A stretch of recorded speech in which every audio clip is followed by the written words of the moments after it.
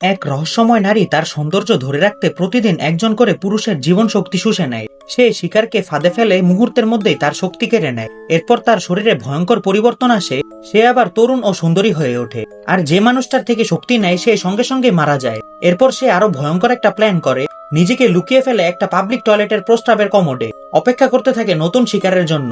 তারপর একজন লোক এসে সাধারণভাবেই সেখানে দাঁড়ায়, কিন্তু হঠাৎ তার মনে হয় কিছু একটা অস্বাভাবিক। ঠিক তখনই প্রস্রাবের কমরটা নড়তে শুরু করে, মুহূর্তেই সেটা বদলে গিয়ে একটি মানুষের আকার নেয়। তারপর আবার রূপ বদলে এক সুন্দরী নারীতে পরিণত হয়। লোকটা কিছু বুঝে ওঠার আগেই নারীটা তার দিকে তাকিয়ে হাত তোলে, তার আঙুল হঠাৎ লম্বা হয়ে ধারালো অস্ত্রে পরিণত হয়েই লোকটিকে হেডশট দিয়ে দেয়। তারপর পাশে থাকা একজন কর্মী গুলি চালালেও কোনো লাভ হয় না, তার শরীর সাথে সাথেই নিজে ঠিক হয়ে যায়। এরপর সে আরো ভয়ঙ্কর হয়ে ওঠে, একজন এজেন্টকেও মুহূর্তে আঘাত করে ফেলে। লোকটা তখনও বেঁচে ছিল, তখন নারীটা বিদ্যুতের সাহায্যে তাকে শেষ করে দেয়। আল্লাহ আমাদের সবাইকে সর্বদা হেফাজতে রাখুক, সবাই বলি আমিন।